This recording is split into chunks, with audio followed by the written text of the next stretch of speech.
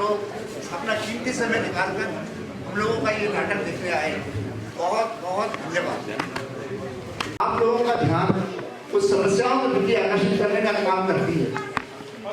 वो नाटक का माध्यम चाहे हास्य हो, चाहे बहुत ही सीरियस विषय हो, उस सभी के लिए हास्य को भी इस तरह से प्रस्तुत किया जाता है कि वो कहीं ना कहीं हम लोगों को ये सोचने में मजबूर करती थी। वो हम सभी के प्यारे और हमारे शहर के नामी दिग्दर्शक अदाकार ग्रुप के चेयरमैन श्री जावेद खान सरोवर के प्रेरणा की वजह से हुई, जिसके लिए हम सब उनके लिए ऋणी हैं, उनका धन्यवाद करते हैं। हमारे नाटक जिसकी शुरुआत अभिनय मित्र ने सबसे पहले ताजमहल का टेंडर से की थी, लेकिन वो नाटक भी हमने अदाकार के बैनर पर ही खेला था और उस नाटक को शहर सहारनपुर में ही नहीं, बाहर भी जहाँ भी हम लोग खेलने गए, चाहे वो शाहजहाँपुर रहा हो, चाहे वो रामपुर रहा हो, चाहे वो मेरठ हो, चाहे शिमला हो, हर जगह बहुत बहुत प्रशंसा मिली। और हम इसके लिए भी जावेद साहब का दिल से शुक्र करते हैं कि उन्होंने हमें अपने मार्गदर्शन में ये सब करना सिखाया। हम सभी कभी ना कभी किसी न किसी तरह अदाकार के ही औलाद एक तरह से कहना चाहिए। हम लोग वहीं से निकले हैं, हमने सब कुछ वहीं से सीखा है। और सबसे बड़ी बात, अभिनय मित्र के प्रवर्तक श्री संदीप शर्मा जी, वो आज भी उनकी एब्सेंस में भी उनके पैर छूकर कोई काम शुरू करते हैं अपना, और ये उनका उनके प्रति सम्मान और लगाव है, जिसकी वजह से हम भी इस बात को मानते हैं कि जावेद भाई एक अलग शख्सियत है जिनकी वजह से चलता है। हमारे बीच में बैठे हैं मिस्टर बहल, बहुत पुराने रंगकर्मी, हमारे प्रशांत जी बैठे हैं, पार्टी बैठे हैं। हम सभी ने साथ में बहुत सारा काम किया है और करते रहेंगे।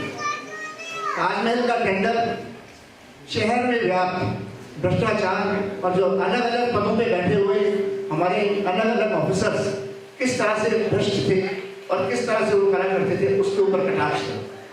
इसी तरह से हमने खेला लाहौर 1947, जो बहुत ही गंभीर विषय पे हिंदुस्तान पाकिस्तान के ऊपर बेस्ड और उनकी जनता के ऊपर बेस्ड एक बहुत ही शानदार नाटक हम लोगों ने खेला। ऐसे ही कुछ दो नाम मुझे वाले याद आ रहे हैं, अपना सपना मनी मनी, पारिवारिक तनाव और पारिवारिक मजबूरियां और पारिवारिक वेस्टेड इंटरेस्ट के ऊपर किस तरह से एक परिवार में समस्याएं जन्म लेती हैं और कैसे उनका सॉल्यूशन किया जाता है, अपना सपना मनी मनी।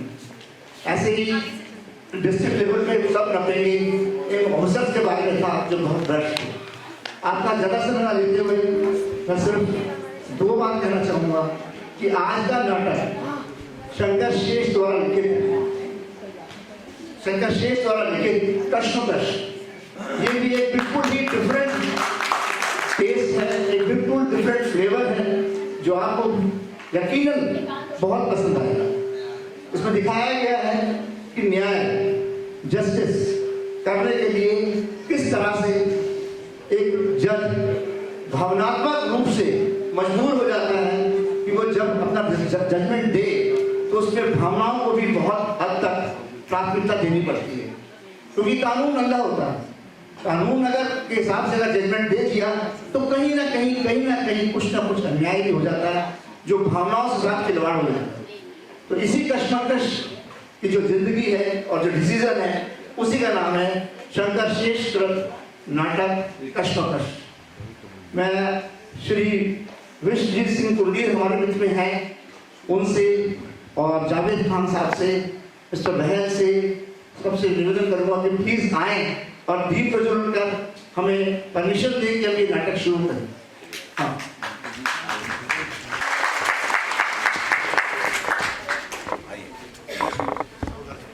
ऐसा बजे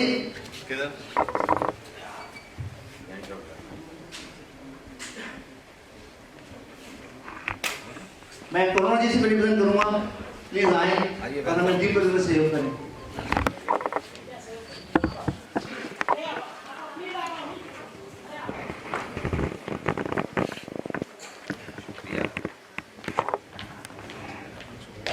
थोड़ी वो हो रही है, कोई बात नहीं, आप आइए। All are welcome. थोड़ा पीछे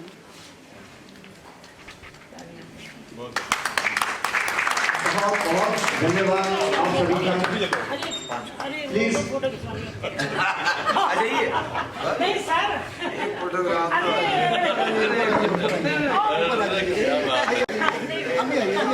आइए ना।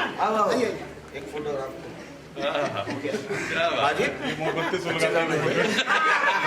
मुझे बैठ के जाना। दरवाजे के पीछे रखो।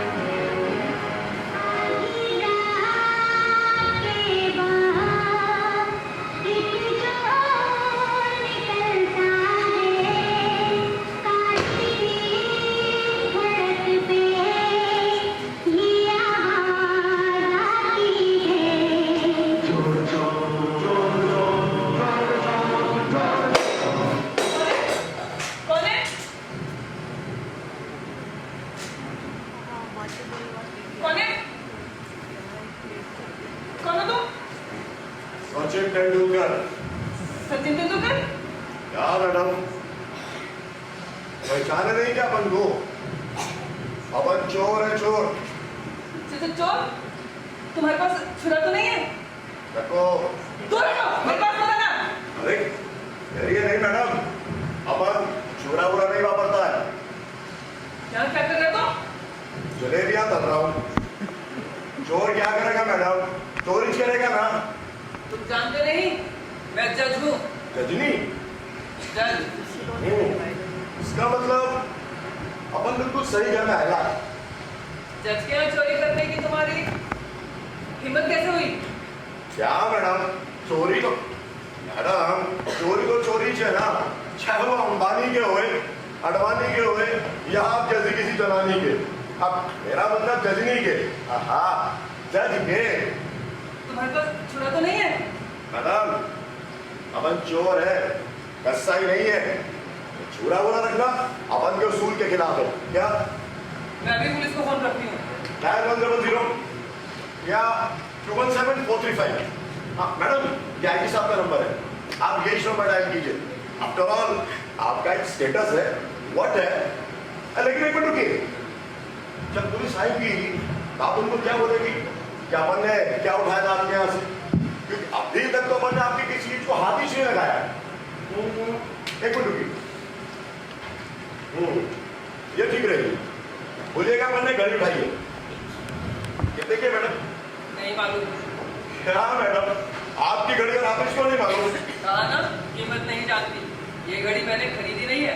गिफ्ट में मिली है क्या? तुम पूछने वाले कौन होते हो? मैडम अपन को उसकी कीमत लगाने का है। ये घड़ी शादी के समय मुझे ससुराल से मिली। ला, उल्टा तो है। Shut up. इसका मतलब ये घड़ी भी उतनी ही पुरानी है जितनी आपके कानून। फिर तो उसको चुराने से काम नहीं चलेगा मैडम, क्योंकि चोरी कम से कम 25,000 से ऊपर की होनी चाहिए, तभी 3 साल की सजा होगी अपन को। तुम तो कानून भी जानते हो। मजबूरी है मैडम। अब कानून कौन जानता है? एक तो वो जो उसको बनाता है, पर वो बहुत जल्दी भूल जाता है। कहीं नया कानून बनाने की जल्दी जो होती है। दूसरा पुलिस, अब अगर वो नहीं जानेंगे तो अपन लोगों पे दफा वगैरह कैसे लगाएंगे? तीसरे वकील, अब उनका तो उतना ही चाल है मैडम। और चौथे जो उसको तोड़ते हैं, यानी अपन और अपन के जात भाई। और हम? हाँ मैडम, आपको तो होना ही मांगता, आपका तो नौकरी है ना। क्या ये छोड़ो आप अपन को कोई ऐसी चीज बताओ जो 25,000 से ऊपर की हो। तुम 25,000 पर इतना जोर क्यों दे रहे हो? क्या क्या क्या क्या क्या ये आप पूछ ले रही है जो जोकर भी? मैडम 25,000 से ऊपर की चोरी पर समझौता नहीं होता है, ज्यादा से ज्यादा सजा पक्की। अभी तो मैंने फोन भी नहीं किया और तुम ज्यादा से ज्यादा सजा की बात करने लगे। इस बार अपन गलती नहीं करेगा, क्योंकि इस बार वकील साहब ने पूरा प्लान बना के दिया अपन को। Don't tell me that. चोरी करने से पहले वकील की सलाह? क्या मेरे देश की हालत इतनी खराब हो गई है? अब आप अपन की बात में बिलीव नहीं करते तो अब क्या बोलेगा? अब वकील साहब और अपन कुछ दिनों पहले तो जेल में साथ ही थे मैडम, रोज का उठना बैठना। बाहर होते तो लाखों कमा रहे होते। क्या मतलब? जेल में अपन दोनों साथ थे। अच्छा, जेल का वकील। जेल का वकील है मैडम, जेल में वकील। इसमें इतना चौंकने वाली क्या बात है? जेल में तो हर कोई होता है, और आप ही लोग तो भेजते हैं सबको वहां पर। अब जब नेता, अभिनेता, डॉक्टर, इंजीनियर, अब ऐसे में वकील हो गया तो उसमें क्या बम। लेकिन वकील वहां कैसे पहुंचता? ये लंबी कहानी है, फिर कभी आपको सुनाएगा। अभी मैं सुनना चाहूंगी। ठीक है, अपन आपको छोटी करके सुनाता है। ओके, आप बैठे। नहीं, वैसे ही ठीक हो, तुम सुनाओ। ठीक है। तो क्या हुआ मैडम कि जो अपने वकील साहब है ना, वैसे तो ढेर शान है, पर क्या अपने पड़ोस के एक नाबालिग लड़की के साथ गपागप कर बैठे। गपागप जानती है ना? सॉरी, तो बस हंस गए उसी में मैडम। अब ऐसे लोग केस बहुत नहीं लगते, पर इनका खुद केस लड़ने को कोई तैयार नहीं। दूसरों का केस तो ऐसा करते हैं, मर्डर का भी ऐसे बाहर निकालते हैं जैसे मक्खन में से छुरी। कभी आपको जरूरत हो अपन को बता दीजिएगा, बिंदास उनको आपके पास। आपको क्या की जरूरत पड़ने लगी? लेकिन तुम्हें जेल जाने की इतनी जल्दी क्यों है? अब अपने घर जाने की जल्दी किसको नहीं होती मैडम, आदत पड़ गई। ये अपन का 24वां जेल है। कुल मिलाकर 19 साल उधर गुजार चुका हूं। बाहर निकलो तो 17 तरह की मुसीबत है। सड़क पर सोने का, बारिश आ जाए तो रहने के मामले, उधर सरकार पक्की छत देती है, बाहर कोई काम नहीं देता। अब चोर को भला कौन काम देगा? और मैडम अगर बाहर निकल कर भी चोरों की बस्ती में रहने का, तो फिर उधर ही क्या हुआ? तुम रहने वाले कहाँ के हो? अपन पैदा तो हैदराबाद में हुआ, पर गुर्बत अपन को मुंबई ले गई। उधर ही अपन ने सारा काम सीखा। जरा इंडिया में अपन का बिजनेस फैल गया। तुम्हारा नाम? माँ ने बड़े प्यार से अपन का नाम रखा था हैरिस, तो इस जालिम दुनिया ने अपन को हैरी अकेला बना दिया। क्या नाम आपको गोली मारो मैडम? आप तो अपन को कोई ऐसा नाम बताओ जो 25,000 से ऊपर का हो। जरा सोचने दो। हाँ सोचिए सोचिए, इतना टाइम तो अपन के बाद बिंदास है। मैडम लेकिन टीवी और फ्रिज छोड़ के इतना भारी सामान कौन उठाएगा बाप? सोचने दो। क्या मैडम, आपके पास एक आइटम ऐसा नहीं जो 25,000? वही तो सोच रही हूँ, कुछ ऐसा आइटम तो 25,000 से ज्यादा। ऐसा करो किचन में मिक्सर रखिए और मेरा लैप। क्या क्या क्या क्या क्या? मिक्सी बोले तो बिजली की चक्की। मैडम रहने दो, उधर साला जेब में भी चक्की, इधर भी चक्की। मैडम कोई और आइटम बताओ ना। किताबें 2-3 लाख की तो होंगी। क्या क्या क्या क्या? किताबें? तो जब महिला मैडम आप तो अपन का केस ही बेकार कर देंगी। किताबों की चोरी रहने दो, आप चला हो पाएगा, अपन सारा खुद ही ढूंढता है। किताबों की चोरी।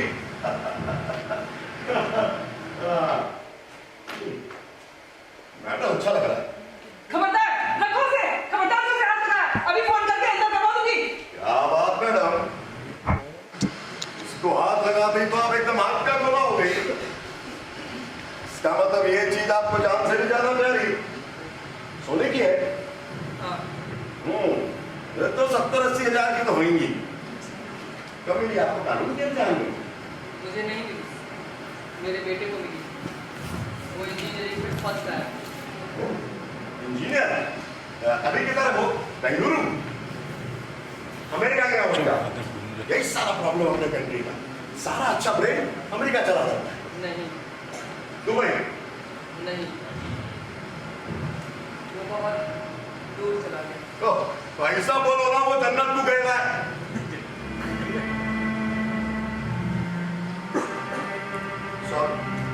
सॉरी मैडम, मैडम आप बस। अब ये मेडल तुम ही रखो, मेरे किस काम?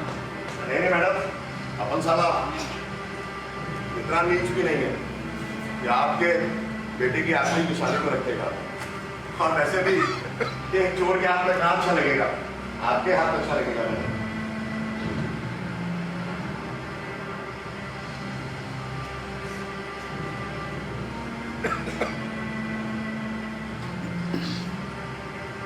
मैडम आप एक काम कीजिए, आप पुलिस को फोन कर दीजिए, अपन साला कुछ भी बोल देगा। लेकिन फोन पर क्या करना? तुमने तो चलाया ही नहीं। मैडम अपन बैठ जा रहे हैं।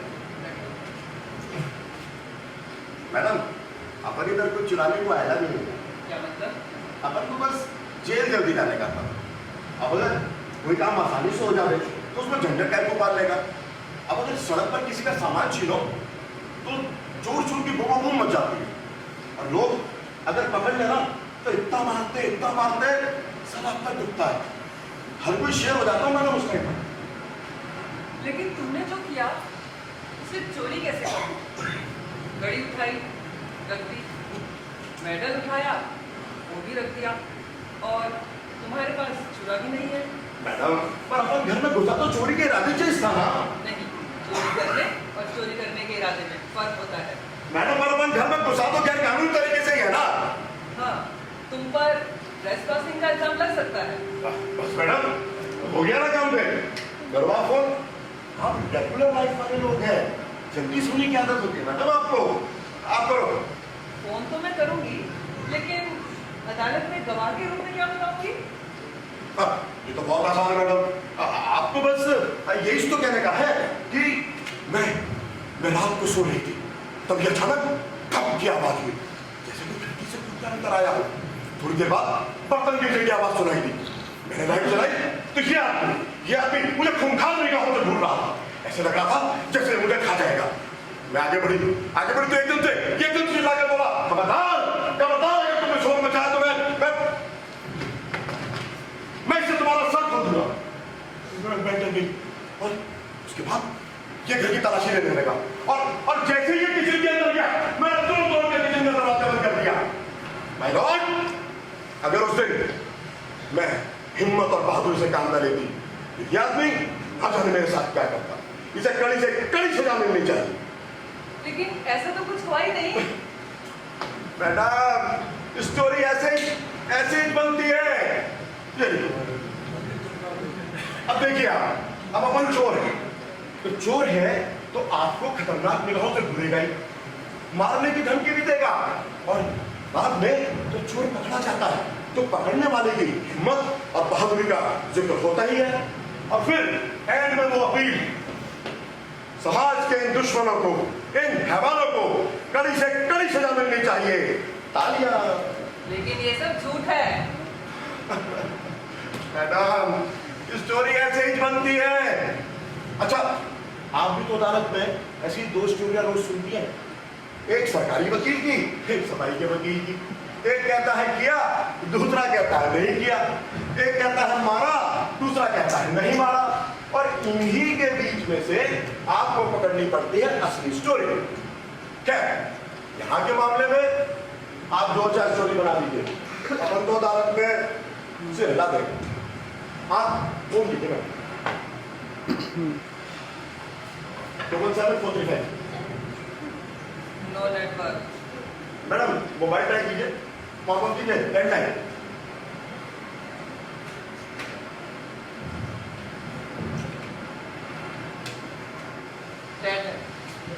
होना ही चाहिए, बारिश का कम गिरेगी यार। मैडम एक बार और ट्राई करें मोबाइल को। कहाँ से ट्राई करो? मोबाइल में नेटवर्क नहीं है, वो क्या पड़ा है? मोबाइल ट्राई करेंगे।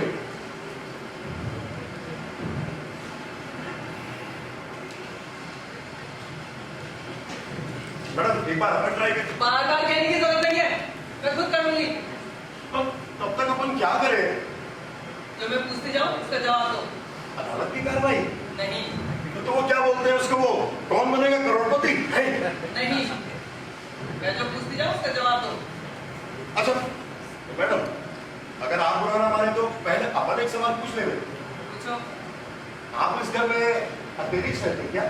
क्या लगता है? लगता तो यही है, पर क्या बोलते हैं उसको, वो आपकी वो बेटर हाफ? नहीं, वो भी नहीं। आज से 5 साल पहले। ओ, ये तो बहुत अकेला अकेला लगता होगा ना।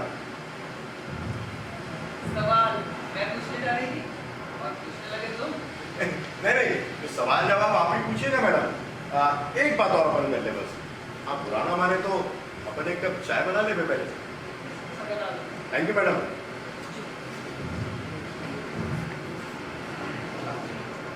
मैडम वो क्या था कि अपन आप एक बात बताओ, तुम चोरी जैसी बात करना नॉन सीरियसली कैसे ले सकते हो?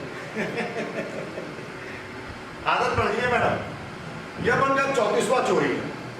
हर बार अपन एक नई प्लानिंग बनाता है और हर बार अपन को एक नया एक्सपीरियंस होता है। अब ये मत कह देना कि जेल में तुम्हारे साथ कोई प्लानिंग एडवाइजर भी था। अब हर कोई हर जगह थोड़ा होता है मैडम, प्लानिंग अपन खुद बनाता है। अब अपनी बात पर बिलीव नहीं कर रही ना? नहीं कर रही ना? चलिए अपन आपको अपनी एक प्लानिंग वाली स्टोरी बताता है। अब तो बैठ जाइए।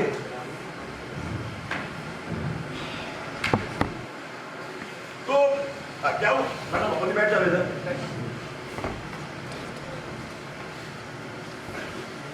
क्या हुआ मैडम, एक बार अपन ने एक घटिया फिल्म के प्रोड्यूसर को पटाया, उसके नौकर को पटाया, उससे दोस्ती बढ़ाई, 50-50 का कॉन्ट्रैक्ट हुआ बनता उसके साथ। फिर वो बोला अगर अपन को इतना पैसा मिल जाए तो सब अपन खुद प्रोड्यूसर बन जाते। अपन बोला पंजाब बाप, अपने बाप का क्या जाता है, अपन को तो अपने 50% में इंटरेस्ट है। तब वो बोला मैडम अपने प्रोड्यूसर के पास माल ही माल है, किचन में टाइल के नीचे नोट ही नोट बिखरे हुए। जब नौकर को जगह मालूम थी तो उसने खुद क्यों नहीं चुरा लिए? हिम्मत मैडम, हिम्मत। अगर उसके पास हिम्मत होती तो वो नौकर का एक होता। अपन की हिम्मत, उसकी जानकारी, काम बन गया मैडम। वो बोला प्रोड्यूसर आज पार्टी में जाएगा, फिल्मी पार्टी में मैडम। आप तो जानती हैं कि फिल्मी पार्टी का मतलब 4 बजे तो वापस आएंगे ही आएगा, उससे पहले नहीं आएगा। मैडम जानकारी बिल्कुल सही। अपन ठीक 11 बजे उधर पहुंच गया, सीधा किचन के अंदर घुस गया जाकर के। वहां जैसे अपन ने टाइल उठाई, उसके नीचे एक स्टील का बक्सा।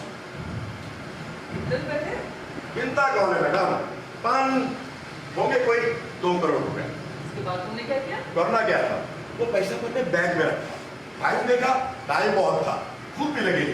अपन ने फ्रिज खोला, खाना खाना शुरू किया, 2 बॉटल बियर की भी थी, वो भी गटक गई। बस मैडम, यही सारा टाइमिंग गड़बड़ हो गई। अपनी प्लानिंग का फिस बच गया बाजा। वो प्रोड्यूसर समय से पहले ही घर में आ गया। क्या किया?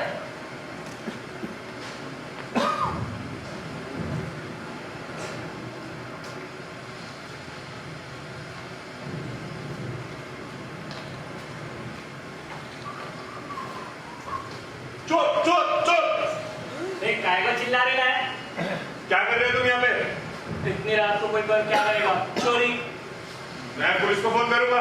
हाँ हाँ, कर पुलिस को फोन कर, पुलिस आएगी, अपन करोड़ों की चोरी लिखवाएगा, फिर इनकम टैक्स क्या जवाब देगा और किस किस को जवाब देगा? नहीं ठीक है, मैं दरवाजा खोलता हूँ। लो। बहुत सही काम किया रे तू। ये तो अपन पिस्तौल भी रखता है। पिस्तौल? डरने का नहीं।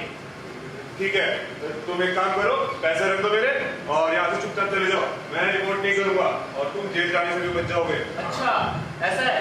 देख तू पुलिस को फोन कर, अपन के पास 2 फोन है, किसी से भी मिला ले।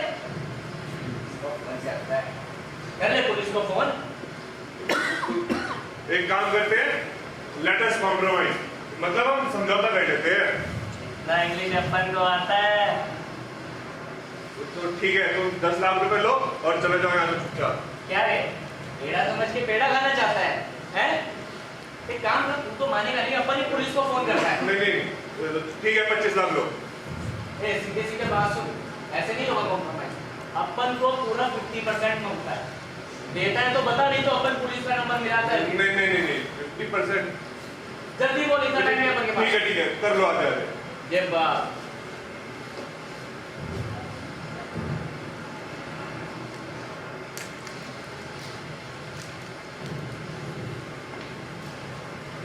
तो तू मान ले। जी उसकी मैं आएगा। सॉरी मैडम, अभी ऐसे कैसे मान जाता मैडम? अपन ने 50% देकर ही माना। हाँ, बिना चोरी के अपन को लाखों रुपया मिल गया मैडम, लाखों रुपया। लेकिन तुमने चोरी ही तो की ना। अच्छा, अपन ने तो चोरी की और उस प्रोड्यूसर ने क्या किया? पूजा पाठ, दान दक्षिणा।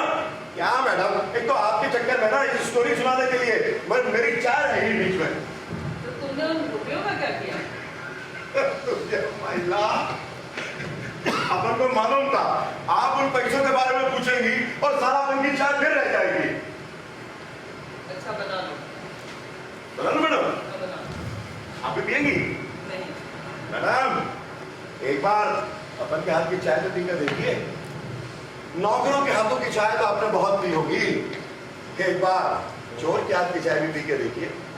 कसम से बोलता हूँ, जमानत पर छुड़वा कर बाहर ना बुलवाया ना चाय बनाने के लिए, ना बदल दीजिए। मैडम आप 2 ट्राई करते रहिए। Hello hello.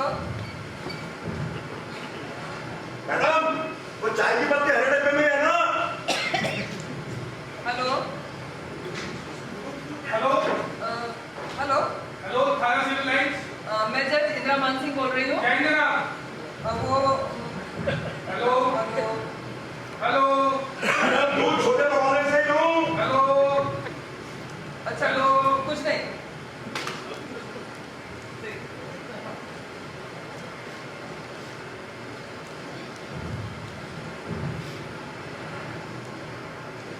मैडम बिस्कुट भी खा लूं क्या?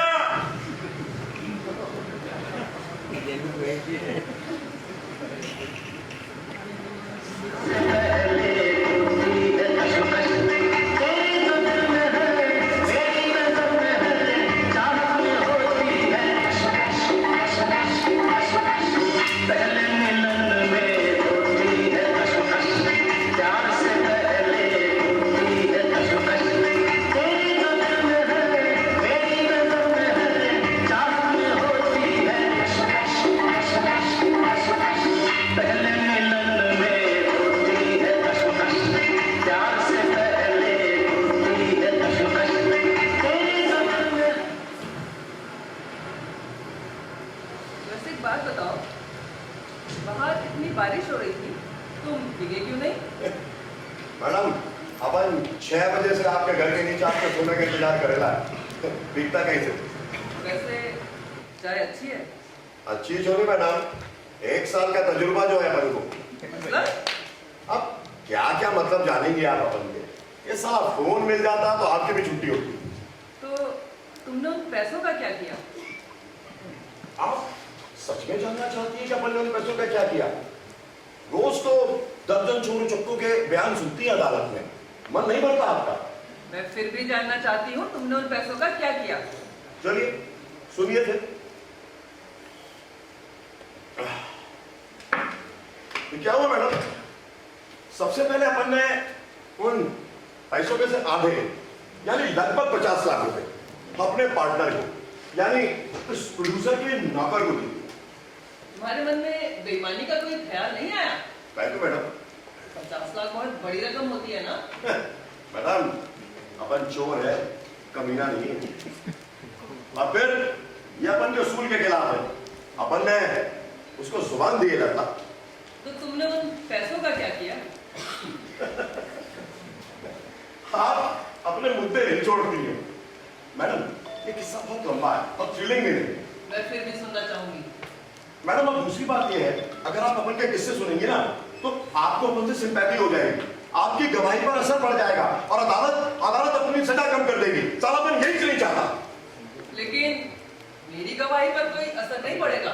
कहीं को आप कभी गवाह के कटघरे में खड़ी हुई हैं? नहीं।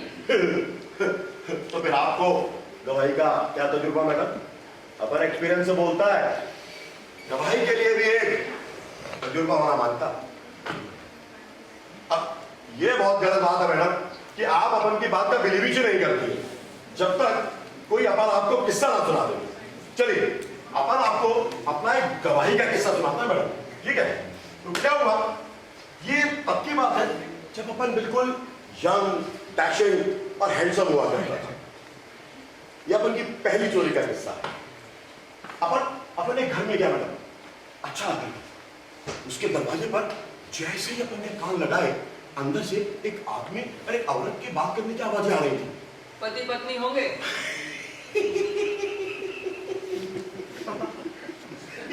यही था आपका जजमेंट का मैडम। वो पति पत्नी नहीं, पति और वो थे। क्या बात कर रहे थे दोनों?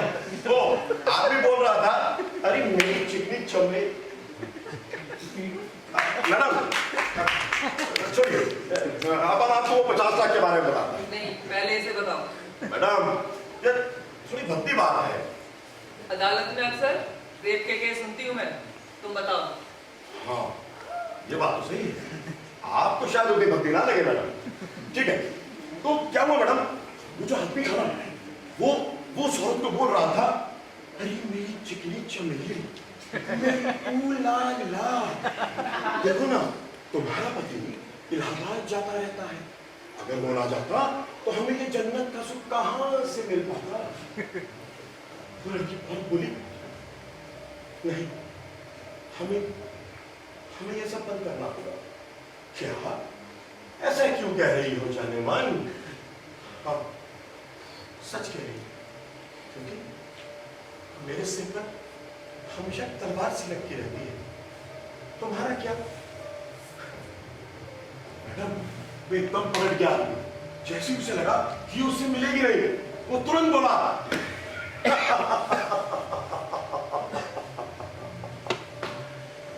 जानेमान, जब तक तुम्हारी एक खूबसूरत तस्वीरें मेरे पास है, तुम मुझसे मिलना बंद नहीं कर सकते। तस्वीरें?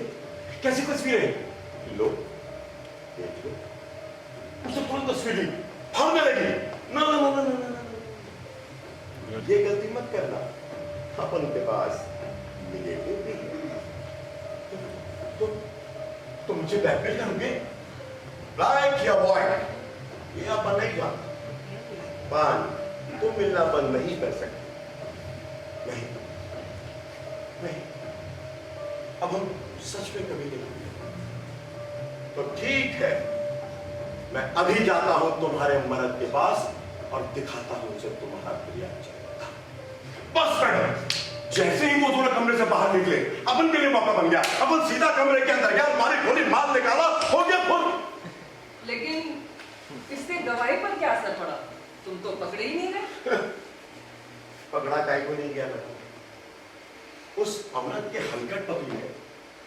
उसे रिपोर्ट लिखा था और वो पत्रकार था, पुलिस की हरकत में आ गई। और आप जानते हैं कि जब पुलिस हरकत में आ जाती है तो फिर कुछ भी ढूंढ निकालती है, चाहे वो मंत्री की भैंस हो या कुत्ता। मैडम, अपन चोरी का माल बेचते समय पकड़ा गया, एक्सपीरियंस नहीं था, अपन घबरा गए। अपन ने उस घर में जो गवाह देखा था वो सारा उगल डाला। उसका गवाही से क्या संबंध? क्या हुआ मैडम, अगले दिन उस ब्लैकमेलर की घरवाली वो अपन को मिलने को आया रात में। क्या? उस ब्लैकमेलर की औरत? हाँ मैडम, उसके औरत अपने को मिलने को आया। वो आकर अपने हाथ जोड़ने लगे, भैया भैया हमें बचा लो, भैया हमें बचा लो, हम समाज में कहीं मुंह दिखाने के काबिल नहीं रहेंगे। तुम मेरे प्रति उस औरत के बारे में किसी को मत बोलना, भैया बचा लो, हम तुम्हारे हाथ जोड़ते हैं, हम तुम्हारे हाथ जोड़ते हैं, हम तुम्हारे हाथ जोड़ते हैं। बस मैडम, अपन का दिल भी पसीज गया। अपन को लगा वो बेचारे खाली पे नहीं मारे गए, पड़ गया अपन की गवाही पे ऐसा बना दिया अपन ने एक नई स्टोरी और सुना दी। अदालत भी खुश, वकील भी खुश, पति भी खुश, पत्नी भी खुश, यार भी खुश, हर तरफ खुशियां ही खुशियां। लेकिन तुमने तो सच बोलने की कसम खाई होगी, फिर सच क्यों नहीं बोला? सॉरी मैडम, आपकी जो सच बोलने वाली कसम होती है ना, इससे तो मन का रात आर्डर भी निकल जाता है। हेलो मैडम, क्या बात है, अभी तक जाग रहे हो? सब ठीक तो है ना? कोई खास बात नहीं, बस यूं।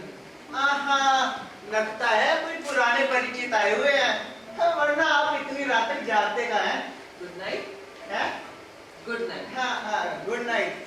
पुराने परिचित बढ़िया है। मैडम 2 बज गए, ये आप फोन करिए वरना उलझन बहुत बढ़ जाएगी। अदालत आपसे पूछेगी कि चोर आपके घर में कब आया था, आप बोलेंगे 1 बजे। अदालत फिर आपसे पूछेगी कि फिर वो 2 बजे तक आप क्या करता था, क्या बोलेंगी मैडम? आप फोन कीजिए प्लीज।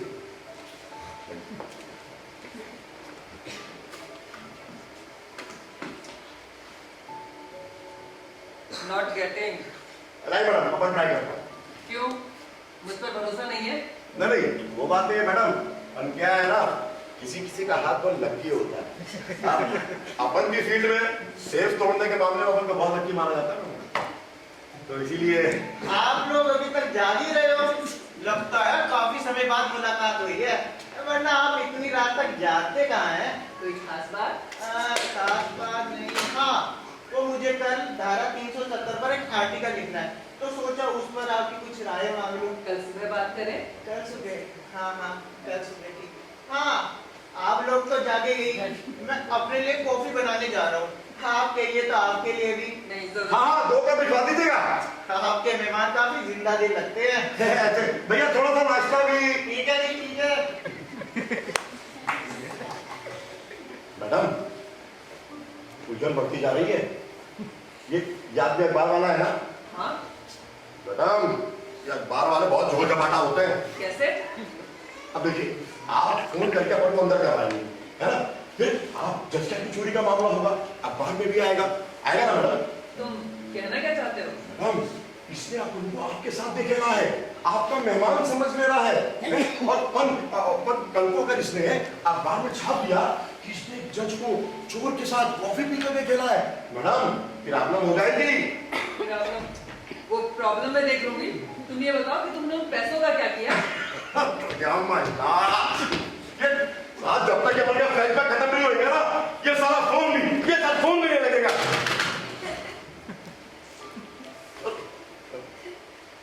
क्या हुआ मैडम, जब अपन की जेब में माल आया ना, तो अपन ने मन की सारी भड़ास निकाली। 5 स्टार होटल में बढ़िया सा कमरा, महंगी दारू, soup, fruit, lunch, breakfast, dinner, पहले को 1000 रुपए का टिप, एकदम जेंटलमैन वापस। तो तुम भले आदमी बनना चाहते थे? भला आदमी नहीं मैडम, जेंटलमैन। बने कि नहीं? काहे को नहीं बना, साला उसे घाई में मारा गया। कैसे? ये बार वाला कॉफी लाने में बहुत देर हो रहा है। तुम कहानी को तोड़ भी देते हो। और आप उस कहानी को फिर वहीं जोड़ देती है।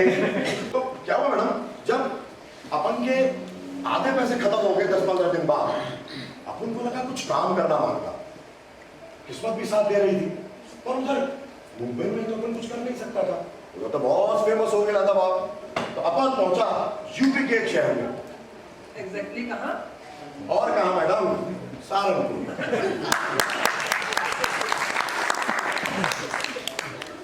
सहारनपुर मैडम, सहारनपुर। लेकिन अपन को लगता नहीं मैडम ये कॉफी लेकर के आया कर पा रहा। तुम्हें कॉफी की रहने तो याद क्यों आ रही है? अभी तो तुमने चाय पी थी। मैडम, किसी को तो हुड़क कहते हैं, एक बार लग गई सो लग गई, फिर और कहाँ ध्यान जाता है। मैडम एक बात बोले, अंदर दूध बहुत बचेला है, आप बोले तो अपन इधर ही बना लें कॉफी। माफ कीजिएगा, कॉफी तो बन ही गई थी, बस बीच में गैस खत्म हो गई तो सिलेंडर चेंज करने में टाइम लग गया। Thank you. अरे थैंक यू की क्या बात है, जज साहब के मेहमान मेरे कैसे लगे? जरूर बिल्ली होगी, इसने मेरा खून पी लिया। अभी सबक सिखाता हूँ इस कुतिया को। मैडम कब मैं कर रही हूँ? आइए मैडम, आइए। बहुत कंजूस पड़ोसी है आपके, नाश्ता लेना। लेकिन खुशबू अच्छी आ रही है कॉफी।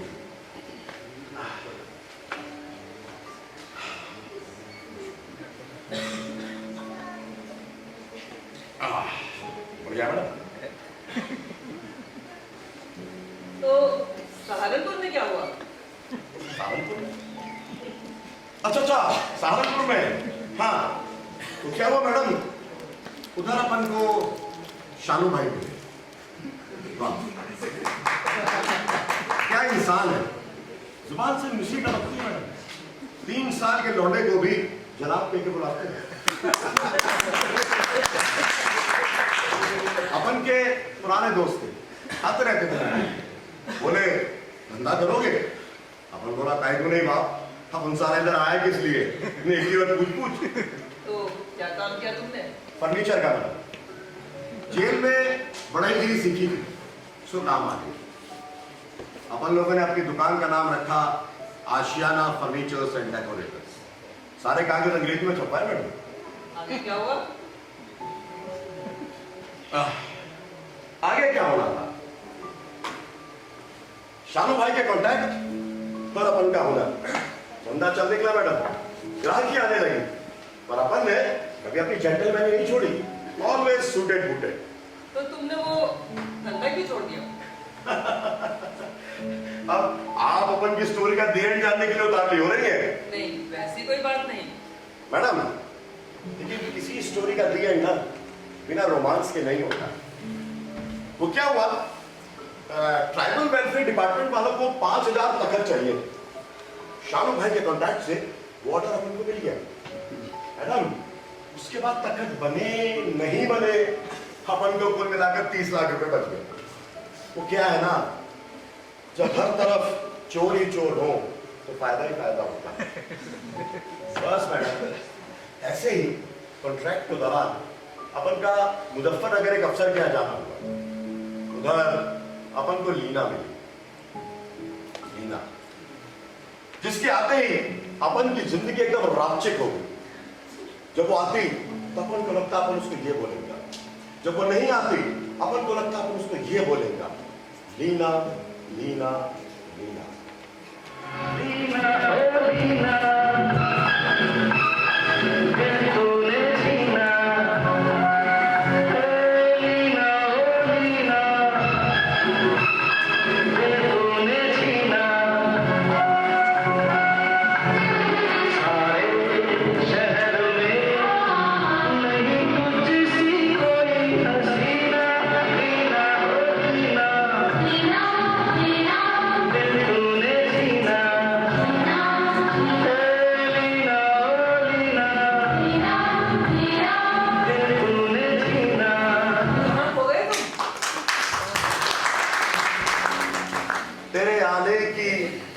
खबर महंगे, तेरी खुशबू से अपन की खोली महंगे। मैडम, मैडम, ये लफ्ज अपन के नहीं है, ये एक शायर है उधर के सहारनपुर के, उनके हैं, क्या नाम है उनका? नवाज देवबंदी। हाँ वही मैडम। तो तुम्हारी लीना का क्या हुआ? तुमने उससे शादी क्यों नहीं की? आप भी हिंदी फिल्मों की हेड की तरह हीरो हीरोइन को मिलाना चाहते हो? नहीं नहीं, वैसा कुछ नहीं। पर जिंदगी फिल्में नहीं होती है। अपन को और लीना की शादी भी तय होगी, तैयारियां भी शुरू होगी, पर सारा तभी झोल झपाटा हो गया। सहारनपुर में एक के बाद एक चोरियां हो गई, बड़े बड़े सर्राफों की, उद्योगपतियों की तिजोरियां तोड़ी जा रही। साला किसी हरकत ने अखबार में छाप दिया कि ये मुंबई के गैंग का काम। तब क्या मैडम, आ गई मुंबई की पुलिस। और तुम पकड़े गए? पकड़ा गया क्यों जाता? अपन ने साला चोरी थोड़ा किया ना, पर अपन किस मुंबई के जबान में फंसा दिया था।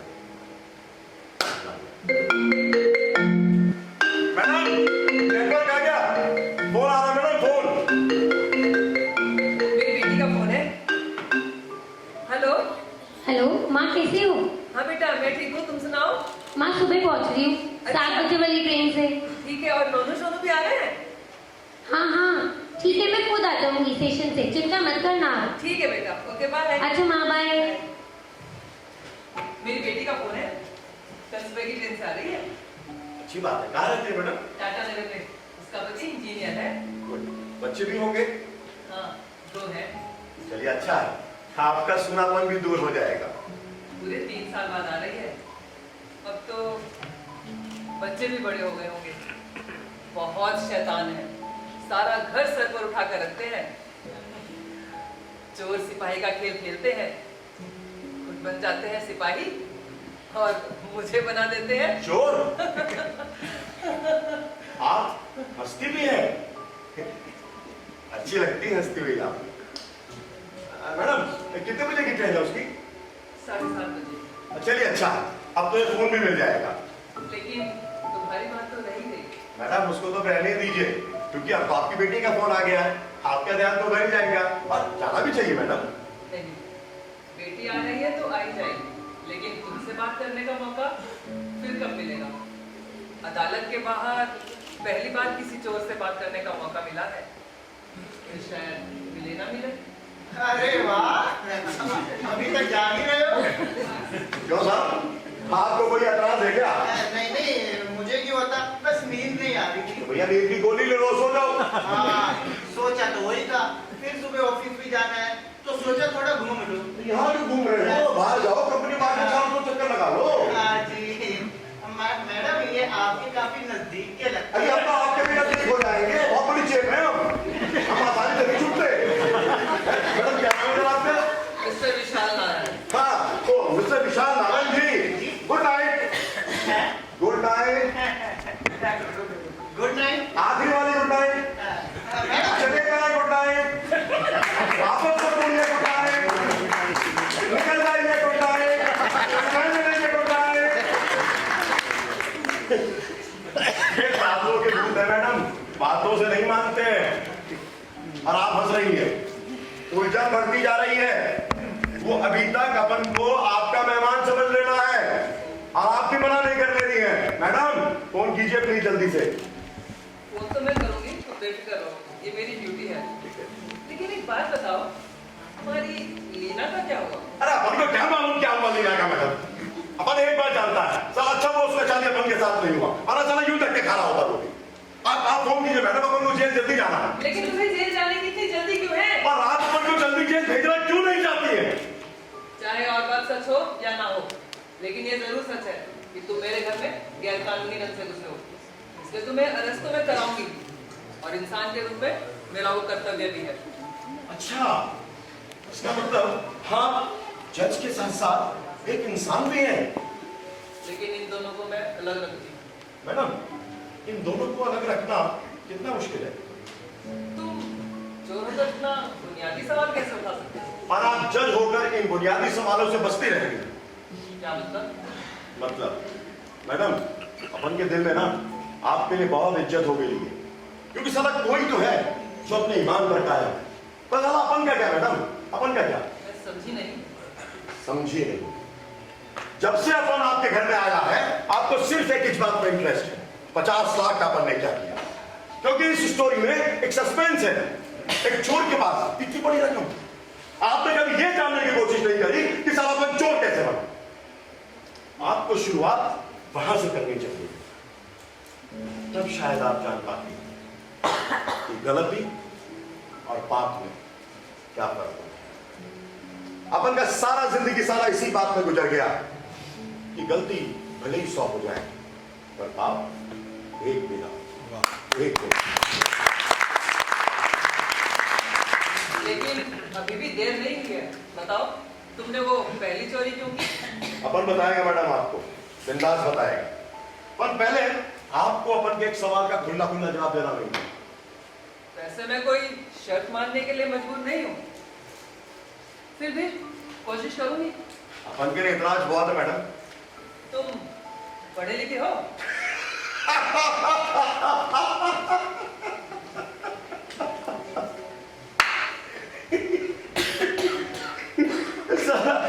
जब पिछले 3 घंटे से जब से अपन इधर आया मैडम, तब से पहली बार आपने ये जज के बाप एक सवाल पूछा है, इस कोर्ट की कसम। और ये सवाल आप अदालत में भी रोज पूछते होंगे, पढ़े लिखे होकर भी चोरी करते हो, शर्म नहीं आती है तुम्हें? क्या मैडम पूछते हैं?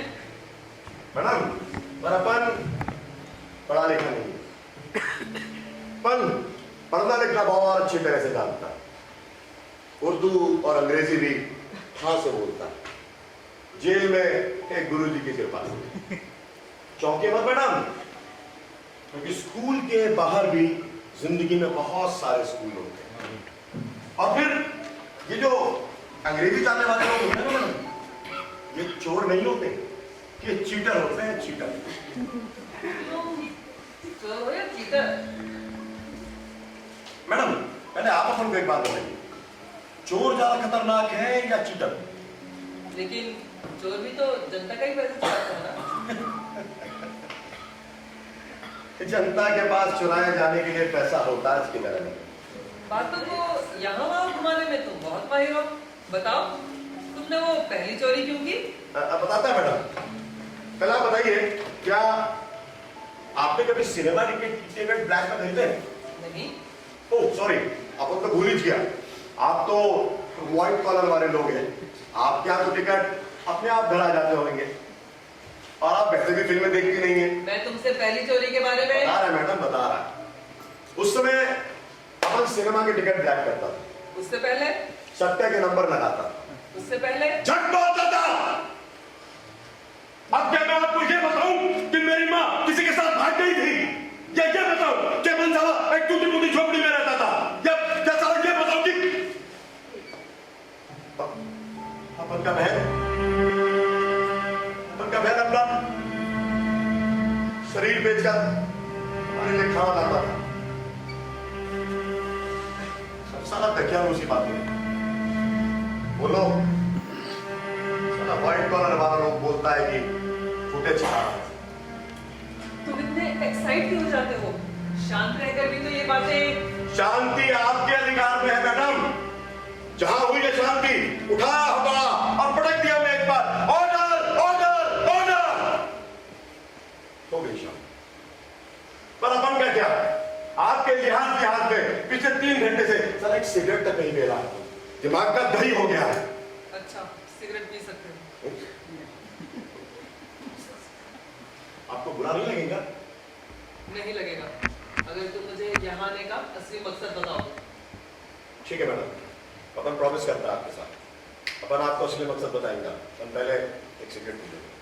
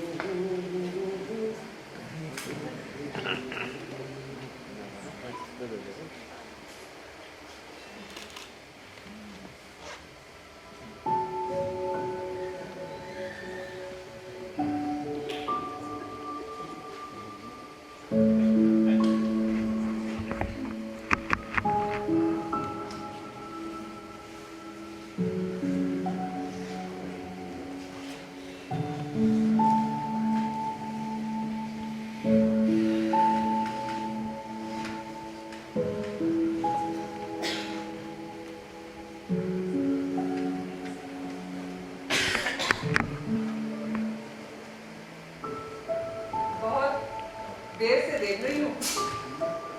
ये तो आदमी लगातार इधर ही देख रहे हैं, कहीं ये तुम्हारी गैंग के तो नहीं है?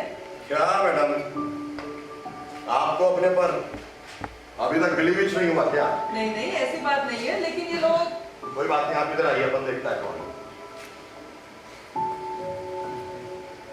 अच्छा, ये दोनों तो अपन के पीछे पड़े हैं मैडम। तुम्हारे पीछे? हाँ, इसमें तो चौंकने वाली क्या बात है? आप अपन क्या इधर आने का मकसद पूछ रहे थे ना मैडम? अपन इन्हीं लोग से बच कर इधर आया। दरअसल इन्होंने एक मर्डर किया है जो अपन ने देखे ना। ये लोग भी जानते हैं, इसीलिए ये अपन के पीछे पड़े, अपन की जान लेना चाहते हैं। पर अपन ने भी कसम खा रखी है कि जान चली जाए पर इनका भंडाफोड़ तो अपन करके ही रहेंगे। भंडाफोड़? इस आदमी की जान? ये क्या बकवास कर रहे हो तुम? मैडम, पहले अपन को आप एक बात बताइए, अगर अपन किसी के ऊपर ट्रक चढ़ा देंगे तो आप अपन को ज्यादा से ज्यादा कितना सजा देंगे? क्या बकवास कर रहे हो? ट्रक, एक ट्रक एक्सीडेंट जिसमें 5 लोगों की मौत हो जाती है। ट्रक ड्राइवर की गलती, ड्राइवर पकड़ा भी जाता है, उसको सजा भी हो जाती है और साथ ही उसके परिवार के लिए 20,000 रुपए का इंतजाम महीने का सब चलता है। Stop this nonsense! मैडम, अपन को चोर होते हुए भी ना इन लोगों से खीन हो गई। ये साले पैसों के लिए कुछ भी खरीद लेंगे और किसी को भी बेच देंगे, पर फिर भी एक आध तो ऐसा ईमानदार दीवाना निकल ही आता है जो ना तो बिकता है ना इनसे खरीदा जाता। जाने क्या बक रहे हो तुम? शहर के बीच में बिल्कुल मौके की जगह एक 60 साल पुरानी बस्ती जो हजारों परिवारों का आशियाना है। एक रात अचानक 3 बजे उसमें आग लग जाती है, 200 लोग जलकर मर जाते हैं, लेकिन बात हो जाती है। और अब एक ट्रक एक्सीडेंट, कारणों का पता लगाया जा। तुम होश में हो या नहीं? कहां किया? कहां का एक्सीडेंट? सब कुछ पहले से तय। उस जगह पर 20 मंजिला इमारत कैसे बनी, पर फ्लैट क्या रेट रखा जाएगा, जिस जगह से 1000 रुपए की कमाई भी नहीं होती है, वहां से लाखों रुपए कैसे कमाए? टैक्सी, सब कुछ तय। बस कुछ लोग मरते हैं मर जाए, बेव्यापार होते हैं हो जाए, उनका सब कुछ लुटता है लुट जाए। बेवकूफ है वो लोग जो आज भी कोड़ की तरह उन जगहों पर रह रहे हैं जो भले आदमियों की बस्तियां हैं। 25,000 रुपए स्क्वायर फुट वाली जगह पर 300 रुपए महीना देकर रहने की जरूरत कैसे हो जाती है नाली के इन कीड़ों की? फिर वही, तुम होश में हो या नहीं? ठीक से बताओ क्या हुआ, बताओ। एक बहुत ही आलीशान फ्लैट है, रॉयल सल्यूट के पैक के बीच 2 आदमियों के बीच में बातें चली।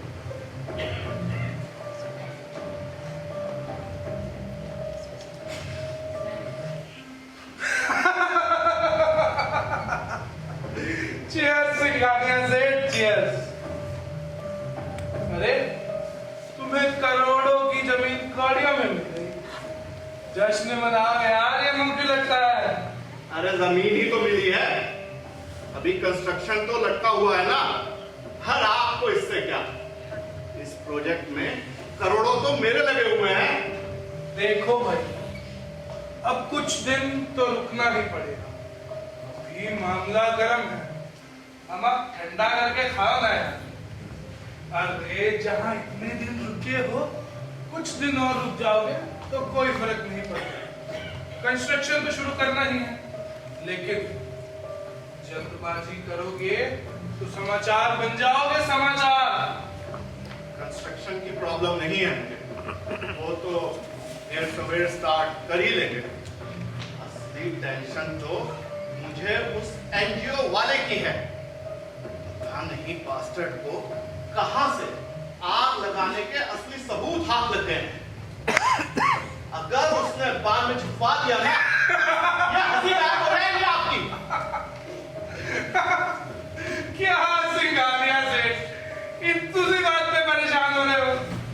अरे एनजीओ वाले तो टुकड़ों पे पलते हैं, देख देना लाख बला गया।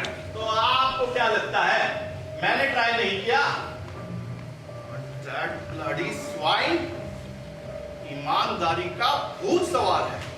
मेरा ऑफर ठुकरा दिया, मेरा। अच्छा तो ठीक है, फिर तो अपना बहादुर सिंह किस दिन काम आएगा? वो साला तो छत पे भी ट्रक चढ़ा दे। क्या बोल रहे हो?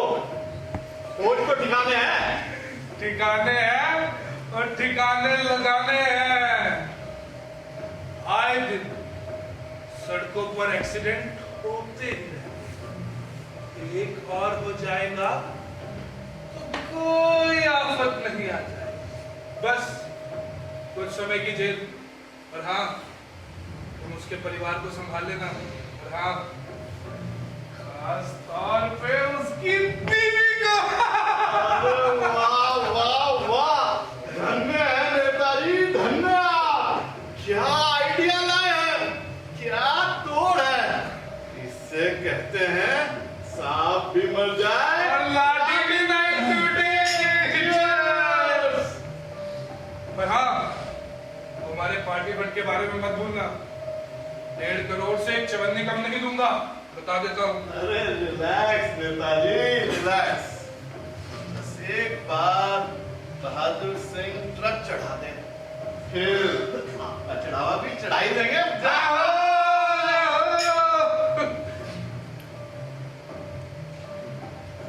वैसे 100 में से 90 बेईमान, फिर भी मेरा भारत। तुम ही देना वहां पर, बताओ तुम ही देना।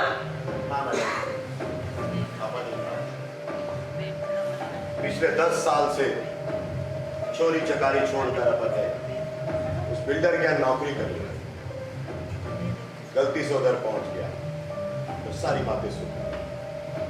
अब उनको लगा ये लोग उस एनजीओ वालों को नाहक मार देंगे। मैडम अब उसको जानता था, अब उनको लगा वो ईमानदार आदमी बचना ही मांगता।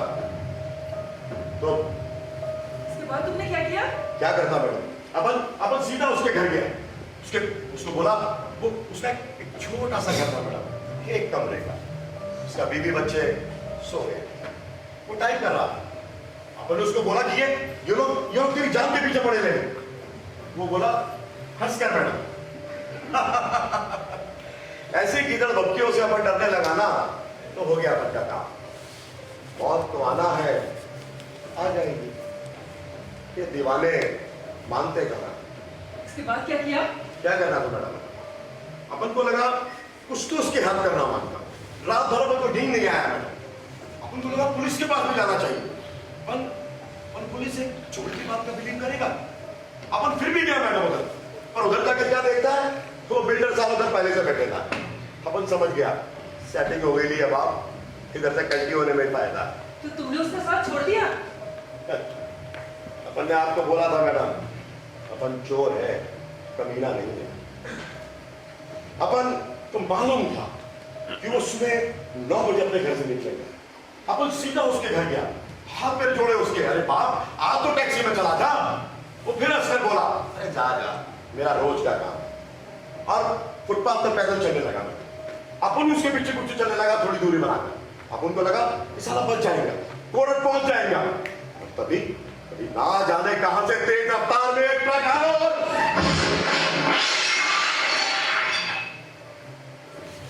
उसे लेकर एक सलून में घुस गया। वहां बैठे 4 और आदमी उसके साथ मारे गए। अपन को दुख सिर्फ इस बात का है मैडम, सब कुछ जानते हुए भी अपन उसको बचा नहीं पाए। लेकिन मेरी समझ में ये नहीं आ रहा है कि वो लोग तुम्हारे पीछे क्यों पड़े हैं। इसलिए मैडम, क्योंकि लोग माने ना माने, देखकर इग्नोर कर दे तो भी ठीक है, लेकिन सबूत हमेशा रह जाता, हमेशा। वो तो ठीक है, लेकिन वो लोग अभी भी तुम्हारे पीछे क्यों पड़े हैं? क्योंकि बिल्डर के आदमी ने अपन को उस एनजीओ वाले के साथ देखा और वो जानते हैं वो सबूत अपन के पास। और वो सबूत क्या है? आप पहले फोन कीजिए पुलिस। नहीं, पहले मुझे बताओ वो सबूत क्या है? आप पहले फोन कीजिए पुलिस को। मैं जानना चाहती हूँ वो सबूत क्या है? आप जानकर क्या करेंगी? जो भी करूँ, मैं जानना चाहती हूँ। जब तक आप पुलिस को फोन नहीं करेंगे अपन आपको नहीं बताएगा वो सबूत क्या है। पहले बताने में क्या दिक्कत है? मैडम, अपन नहीं चाहता कि अपने जैसा घटिया आदमी आपकी बेटी के सामने भी इधर बना रहे। टाइम देखिए, आपकी बेटी की ट्रेन का टाइम हो चुका है, फोन कीजिए।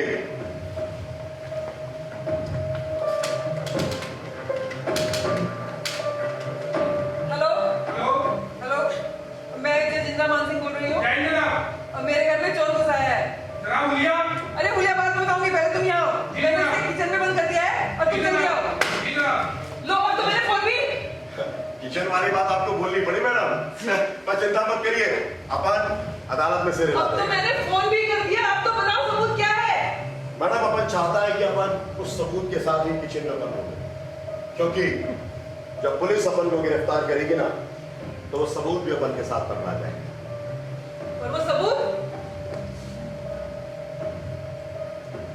ये पेन ड्राइव मैडम, ये पेन ड्राइव।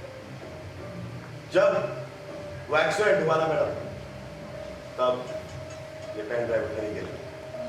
इस पेन ड्राइव में उस बिल्डर, नेता और आग के खिलाफ सारे सबूत मौजूद हैं। एक्सीडेंट के बाद अपन सबसे पहले उस आदमी के पास पहुंचा, मरने से पहले उसे पेन ड्राइव अपन को दिया और बोला इंसाफ इंसाफ। लेकिन बिल्डर के आदमी ने अपन को ये पेन ड्राइव देते हुए देखिए, तब से वो अपन की जान के पीछे पड़े गए, मारना चाहते हैं अपन को। 3 महीने से अपन उनसे बचता घूम रहा है। 10 दिन हो गए मैडम, नहाया धोया भी नहीं है अपन, और अब उनका घेरा कसता जा रहा है, जान बचाना मुश्किल है। ऐसे में अपन को वो जेल में वकील साहब का सलाह देना है। वो आपकी बहुत बात किया करते थे, हमेशा आपके फैसलों की, आपकी ईमानदारी की जिक्र किया करते थे। उसके बाद अपन ने भी आपके बारे में इंटरनेट पर खंगाला, आपका एड्रेस निकाला और पढ़कर अपन को लग गया कि आपके पास आना बिल्कुल ठीक रहेगा। इसीलिए मैडम अपन इधर ही चाहिए, क्योंकि जब पुलिस अपन को गिरफ्तार करेंगी तो ये सबूत भी साथ पकड़ा जाएगा, और आप जैसे ईमानदार जज के सामने वो इस सबूत को नकार नहीं पाएंगे, पर तब इंसाफ होगा। इंसाफ तो करेंगे और उस भले आदमी की आत्मा को भी शांति मिल जाए। Thank you madam, thank you very much. तुम कुछ सवाल पूछना चाहते थे? हाँ मैडम, वो अपन एक सवाल पूछना चाहता था कि अपन तो इधर जेल जल्दी जाने के इरादे से आएगा, इसलिए अपन ने आपको अपन की सारी राम कहानी सुनाया, पर आपने अपन की कहानी को इंटरेस्ट लेकर क्या की सुनाई था? तुम्हें अपनी पहली चोरी तो याद है, लेकिन उस ब्लैकमेलर की औरत का चेहरा याद नहीं जो तुमसे मिलने हवालात में आई थी?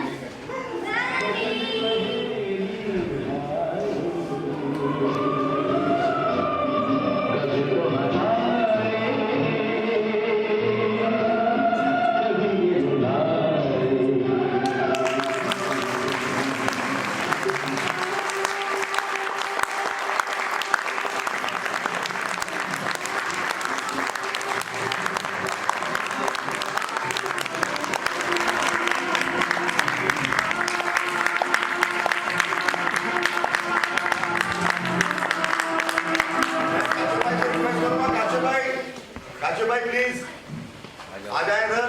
तरुण, कीर्ति, शुभम, विकास सर।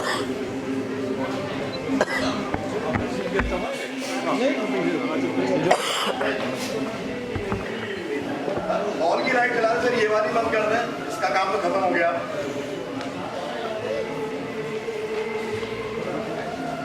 ये तो पता ही था कि लोग आ पाएंगे कि नहीं आ पाएंगे, लेकिन आप बहुत सारी तादाद में आ गए तो हमारा काफ़ी हौसला बढ़ गया इससे।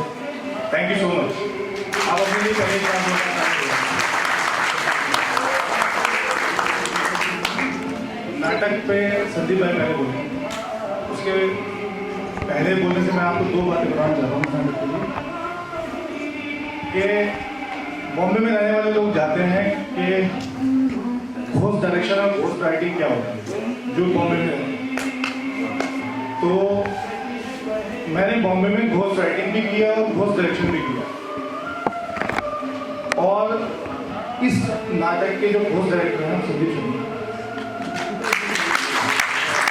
मैं डायरेक्टर नहीं हूँ तो डायरेक्टर की हैसियत तो वही बोलेंगे, लेकिन क्योंकि मैंने भी यहाँ सालंपुर में बहुत काम किया, वैसे भी बहुत काम किया कि कई लोगों के साथ मैंने यहाँ नाटक किए हैं, और डायरेक्टर का नाम किसी और का होता था, करता मैं।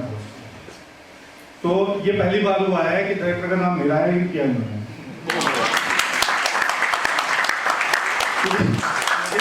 3 दिन पहले तक पता नहीं था कि मैं शो का डायरेक्टर हूँ, उन्होंने मुझे लिख के भेजा कि डायरेक्शन में मेरा नाम, और मैं जाहिर सी बात है इन्हीं के साथ रह रहा हूँ तो इन्हीं से सीख रहा हूँ।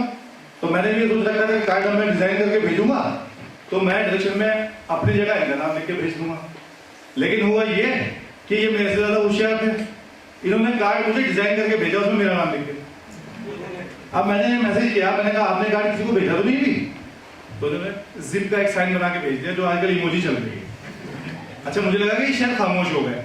उसके बाद मैंने जब फोन करके बात की, कहने लगा भाई मैं तो बहुत लोगों को भेज चुका। तो वो मैंने कार्ड का जो दूसरा डिजाइन था, फिर वो हमने परसों हमारा शो है वहाँ पर मैडम है, परसों हमारे फेस्टिवल में हम लोग परसों वहाँ शो करें, तो परसों वहाँ शो है तो वो कार्ड जो है वो वहाँ पे यूज हो जाएगा। बाकी परफॉर्मेंस वाइज जो है ये बच्चे आए कल ही, जैसा यूजुअली होता है, और मैं उस बारे में ज़्यादा ना पहुँचू बेहतर है। तो हम लोग जो प्रोफेशनलिज्म की बात करते हैं ना, वो प्रोफेशनलिज्म क्या है? वो ये है कि बॉम्बे में हर आदमी के पास सिर्फ एक ही काम है करने के लिए, उनकी रोजी रोटी सब कुछ चीजें चलती है, इसीलिए उसको प्रोफेशनलिज्म कहते हैं। लेकिन जो टॉप प्रोफेशनलिज्म है वो इन बच्चों का है, कहेंगे कुलदीप और ये, इन्होंने भी जो आपने एक्सीडेंटल साउंड सुना ना, हमने कोई रिहर्सल नहीं की उसकी, ना लाइट की ना उसको प्ले करने की, इन्होंने परफेक्ट बजा दिया। ये प्रोफेशनलिज्म को चीजें बीट कर देती है। और हम लोगों को पता होता है कि यहाँ पे हम जितने लोग अभी बात कर रहे हैं, बॉम्बे में जब हम काम करते हैं तो ये सब चीज़ें नहीं होती वहाँ पे। आप आए, आपने नाटक देखा, क्योंकि आपने उसके लिए 500, 1000, 1500 रुपये दिए होते हैं, वक्त आपके पास नहीं होता है। लेकिन ये तो जब हम छोटे शहरों में करते हैं तो ये बातचीत वहाँ पे हो जाती है। तो वो जो चीज़ें वहाँ पे हम जो करते हैं नाटक, वहाँ पे एज अ प्रोफेशनल काम कर रहे होते हैं, और वहाँ पे आपने काम खत्म किया, आपने बैग पैक किया, और शायद हार्डली डायरेक्टर को आप बाय कहेंगे और प्रोडक्शन वाले, क्योंकि एक आपको दोबारा काम देगा और दूसरा आपको पैसे देगा। तो इन दो लोगों को आप विश करते हैं, तीसरा कोई आदमी होता, कोई एक्टर नहीं, कोई दोस्त नहीं आता, आपका काम किया और आपने कर दिया।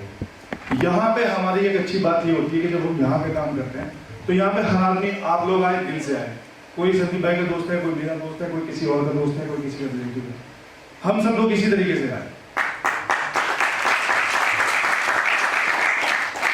तो अब ज्यादा वक्त तो नहीं लूंगा, संदीप भाई थोड़ा सा प्ले के बारे में कुछ बता दें, इसके इम्प्रोवाइजेशन वगैरह जो आपने किया है। शुक्रिया काशिफ भाई।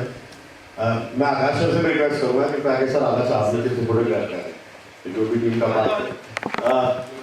मैं थैंक्स करूंगा सबसे पहले तो अगेन धपियाल सर का, कि just because of him we could do this immense support, and वो सेक्शन भी यहाँ पर इससे नहीं है, वो निकल चुकी हैं, जिनकी वजह से मैं धपियाल जी से मिला करुणा दीदी, और करुणा दीदी की हमेशा सपोर्ट, शरीर से तो बहुत तकलीफ की रहती है हमारे साथ, लेकिन मेंटली भी वो हमेशा पूरी तरह सपोर्ट में रहती है। थिएटर जैसा कि राजेश भाई साहब ने पहले ही कहा, जिससे सीखा उनके सामने करने की अगर हिम्मत और सलाहियत है तो वो सिर्फ उनकी देन है। साथ ही सहारनपुर में खड़े होने की, क्योंकि जावेद साहब जानते हैं पापा मम्मी नहीं रहे, बड़े भाई साहब जो पिता की जगह लेकिन थोड़ी दूर है, तो सहारनपुर में मुझे आज से 7-8 साल पहले मुझे सरपरस्त मिले विश्वजीत सिंह पुरी भाई साहब, अगली भैया, और उनके हाथ आने के बाद मैं बहुत चौड़ा हूँ सहारनपुर में, क्योंकि वो मुझे बताया कि अगर मैं कोई गलती करूंगा तो भी वो मेरे पीछे खड़े हुए। अब हाँ, तालियां बनती है,